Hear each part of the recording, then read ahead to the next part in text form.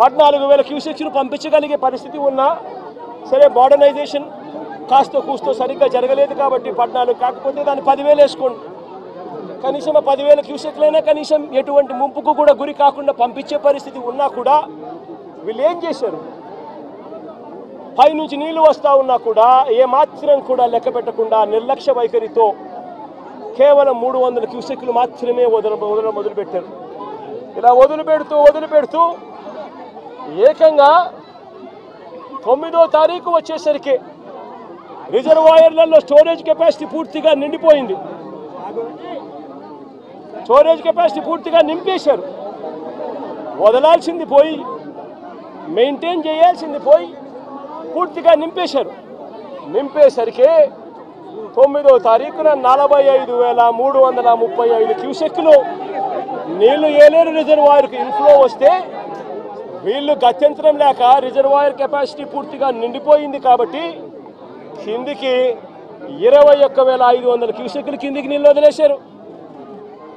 మరుసటి రోజు సెప్టెంబర్ 10వ తారీఖున 26,134 క్యూసెక్లు నీళ్లు ఏలేరు రిజర్వాయర్కి వస్తే ఏకంగా 27,275 క్యూసెక్లు నీళ్లు కిందికి వదిలేశారు. నేను అడుగుతా ఉన్నా మిమ్మల్ని, ఇది మ్యాన్ మేడ్ ఫ్లడ్ కాకపోతే ఏమిటయ్యా అని చెప్పి. నేను చెప్పేటివన్నీ కూడా వాస్తవాలు. మీ ఏలేరు రిజర్వాయర్ నుంచి వచ్చిన డేటా ఇది. నిజంగా ఒక బాధ్యత లేని ప్రభుత్వం, ప్రజల పట్ల ఏమాత్రం కూడా మానవత్వం చూపని ప్రభుత్వం, వరదలు వస్తే కనీసం ఎలా హ్యాండిల్ చేయాలనో కూడా కనీసం ఇంకిత జ్ఞానం కూడా లేని ఈ ప్రభుత్వాన్ని ఏమనాలి అని చెప్పి మీరే ఆలోచన చేయమని నేను కోరుతా ఉన్నా. ఇంకొక విషయం కూడా చెప్పదలుచుకున్నా. ఇదే మనిషి చంద్రబాబు నాయుడు గారు అబద్ధాలు చెప్పడంలో గోబెల్స్కు చంద్రబాబు నాయుడు గారు ఏకంగా తమ్ముడు వరుస అవుతాడు. గోబెల్స్కు చంద్రబాబు నాయుడు తమ్ముడు వరుస అవుతాడు. అబద్ధాలు చెప్పడంలో చంద్రబాబు నాయుడు గారి పరిస్థితి కెపాసిటీ ఏమిటి అని అంటే అబద్ధాలను తాను మ్యానుఫ్యాక్చర్ చేయగలుగుతాడు, చేయడంలో దిట్ట. ఆ మ్యానుఫ్యాక్చర్ చేసిన అబద్ధాన్ని అమ్మగలిగిన కెపాసిటీ కూడా ఎవరికైనా ఉంది ఈ ప్రపంచంలో అని అంటే అది ఒక్క చంద్రబాబుకు మాత్రమే ఉంది. ఆ చంద్రబాబుకు వంతపాడే ఆ ఈనాడు, ఆ ఆంధ్రజ్యోతి, ఆ TV5 వీళ్ళకు మాత్రమే అటువంటి దుర్మార్గమైన కెపాసిటీస్ ఉన్నాయి. ఎందుకు ఈ విషయం చెప్తా ఉన్నానంటే ఇవన్నీ కూడా నేను చెప్పినట్టు వాస్తవం. ఒకవైపున ఈ వాస్తవం ఉంటే ఏలేరు ఆధునీకరణ గురించి చంద్రబాబు నాయుడు గారు మరో చక్కటి అబద్ధం ఆడాడు. అసలు ఏలేరు ఆధునీకరణ, మోడర్నైజేషన్ ఆఫ్ కెనాల్, ఇది మామూలుగా ఒక కెనాల్ను మోడర్నైజ్ చేయాలి అని అంటే ఎప్పుడైనా కూడా ఎప్పుడు అవకాశం ఉంటుంది, ఎప్పుడు వెసులుబాటు ఉంటుందనంటే ఆ కెనాల్లో నీళ్లు ఆపగలిగినప్పుడు, నీళ్లు పారనప్పుడు, లేకపోతే క్రాప్ నీళ్లు డ్యామ్లో నీళ్లు ఉన్నా కూడా చేయాలని అనుకుంటే క్రాప్ హాలిడే డిక్లేర్ చేస్తే తప్ప మోడర్నైజేషన్ కార్యక్రమాలు చేయలేము. 2008 నుంచి ఏలేరు మోడర్నైజేషన్ కార్యక్రమం జరుగుతూనే ఉంది. కొత్తగా చంద్రబాబు నాయుడు గారు చేసేదేమీ లేదు, చేసింది లేదు. 2008లో ఆ దివంగత ప్రీతమ నాయకుడు రాజశేఖర రెడ్డి గారు ఏలేరు రిజర్వాయర్కు సంబంధించి నాన్నగారు మోడర్నైజేషన్కు శ్రీకారం చుట్టాడు. అప్పట్లో 138 కోట్ల రూపాయలు కేటాయిస్తూ ఆ దివంగత నేత ప్రీతమ నాయకుడు రాజశేఖర రెడ్డి గారు నాన్నగారు ఏలేరు కెనాల్కు సంబంధించిన మోడర్నైజేషన్ కార్యక్రమం చేపట్టాడు. నాన్నగారు చనిపోయిన తర్వాత మళ్ళీ ఆ కార్యక్రమం ఎవరు పట్టించుకోలేదు. చంద్రబాబు నాయుడు వచ్చాడు 2014లో. ఆయన ఏమైనా పట్టించుకున్నాడా? 295 కోట్లకు అంచనాలు పెంచాడు. మరి ఆయన 5 ఏళ్ళు ఉన్నాడు కదా, మరి ఎందుకు చేయలే అంటున్నా.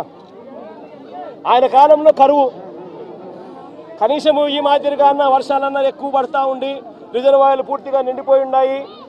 రిజర్వాయర్లు నిండున్నాయి కాబట్టి రైతులకు కెనాల్ నుంచి నీళ్లు పంపకపోతే రైతులకు ఇబ్బంది కలుగుతుంది, నీళ్లు ఉండి రైతులు వ్యవసాయం చేయలేని పరిస్థితిలోకి పోతారు అన్న పరిస్థితి అప్పట్లో కూడా లేదు. చంద్రబాబు నాయుడు గారు కరువు ఇద్దరు కవలలే. ఆ చంద్రబాబు నాయుడు గారు 5 సంవత్సరాలు కూడా పరిపాలన చేశాడు, అంతా కరువే. మరి 295 కోట్లకు అంచనాను ఆయన పెంచిన వ్యక్తి 5 ఏళ్ళు టైం ఉన్నది. 2015 ఏప్రిల్లో అంచనా వ్యయాన్ని 295 కోట్లకు కమిషన్ల కోసం పెంచాడు. మరి పెంచిన ఆ వ్యక్తి ఎందుకు చేయలేదని అడుగుతా ఉన్నా. 2008 నుంచి 2023 దాకా, అంటే మా ప్రభుత్వం దాకా కూడా, ఇంకా మా ప్రభుత్వంలో వైఎస్ఆర్సీపీ ప్రభుత్వంలో ఇంకా చేయలేకపోయే మోడర్నైజేషన్ అనుకున్నంత వేగంగా అనేదానికి కారణమన్నా ఉంది. కారణం ఏమిటంటే ప్రతి సంవత్సరము బ్రహ్మాండమైన వర్షాలు పడతా ఉన్నాయి, రిజర్వాయర్లు పూర్తిగా నిండున్నాయి. ఆ టైంలో క్రాప్ హాలిడే డిక్లేర్ చేసి, రిజర్వాయర్ నిండుగా పెట్టి క్రాప్ హాలిడే డిక్లేర్ చేసి రైతులను ఇబ్బంది పాలు చేయడం ఇష్టం లేక కొద్దో గొప్ప మోడర్నైజేషన్ కార్యక్రమంలో కొద్దో గొప్ప మేము అనుకున్నంత వేగంగా చేయలేకపోయి ఉండొచ్చు. కానీ చంద్రబాబు నాయుడు గారి హయాంలో అంత కరువే ఉన్నప్పుడు ఆయన ఎందుకు చేయలేదని అడుగుతా ఉన్నా. ఆ 5 సంవత్సరాలు ఏమాత్రం చేశాడని అడుగుతా ఉన్నా. 2008 ఆ దివంగత నేత ప్రీతమ నాయకుడు రాజశేఖర రెడ్డి గారి హయాం నుంచి 2023-24 జగన్మోహన్ రెడ్డి గారి హయాం వరకు, జగన్ హయాం దాకా, మధ్యలో చంద్రబాబు హయాంతో కూడా కలుపుకుంటే కూడా ఇది కెనాల్ మోడర్నైజేషన్ కాబట్టి పంటలు అప్పుడప్పుడు ఆపుకుంటూ క్రాప్ హాలిడే డిక్లేర్ చేస్తూనే మోడర్నైజేషన్ చేయాల్సి వస్తుంది ఒకవేళ రిజర్వాయర్లో నీళ్లు ఉన్న పరిస్థితి అయితే.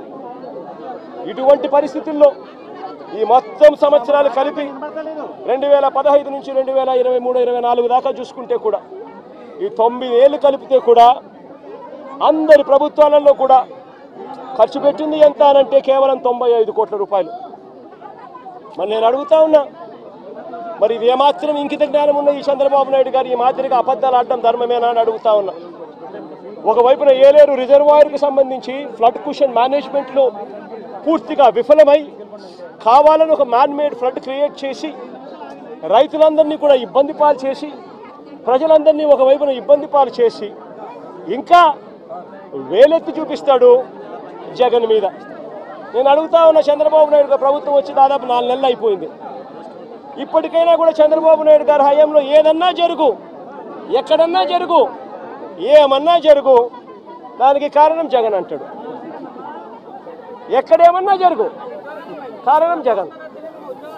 విజయవాడలో వరదలు వచ్చినా జగన్, ఏలేరు రిజర్వాయర్ వచ్చినా జగన్, ఆంధ్ర రాష్ట్రంలో కోవిడ్ వచ్చినా జగన్.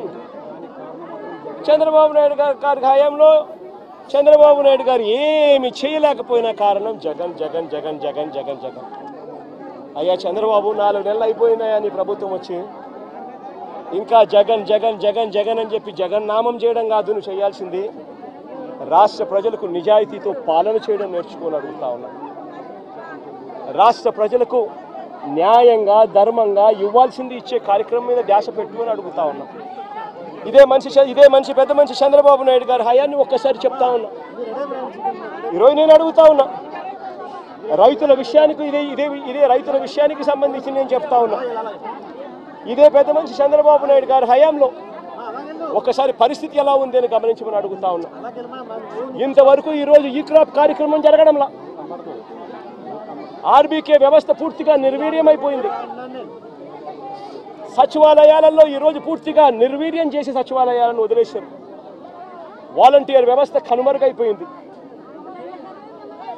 రైతులకు ఇవ్వాల్సిన ఉచిత పంటల బీమా గాలికి వదిలేశాడు. రైతుల తరపున కట్టాల్సిన ఇన్సూరెన్స్ ప్రీమియం కట్టకుండా వదిలేశాడు. నేను అడుగుతా ఉన్నాను ఇదే పెద్ద మనిషి చంద్రబాబు నాయుడు గారిని, ఈ క్రాప్ ఏమైందయ్యా అని అడుగుతా ఉన్నాను. గ్రామ సచివాలయాల్లో పెట్టాల్సిన సోషల్ ఆడిట్లో పెట్టాల్సిన లిస్టులు ఏమైనాయా అని అడుగుతున్నాను. ఆర్బీకే వ్యవస్థ ఏమైందయ్యా అని అడుగుతా ఉన్నాను. ఇదే పెద్ద మనిషి చంద్రబాబు నాయుడు అడుగుతా ఉన్నాను. వ్యవసాయ సీజన్ మొదలయ్యేసరికి రైతు భరోసా ఇచ్చే కార్యక్రమం ఏమైందయ్యా అని అడుగుతా ఉన్నాను. వ్యవసాయ సీజన్ మొదలయ్యేసరికి రైతులకు ఇవ్వాల్సిన 0 వడ్డీ ఏమైందయ్యా చంద్రబాబు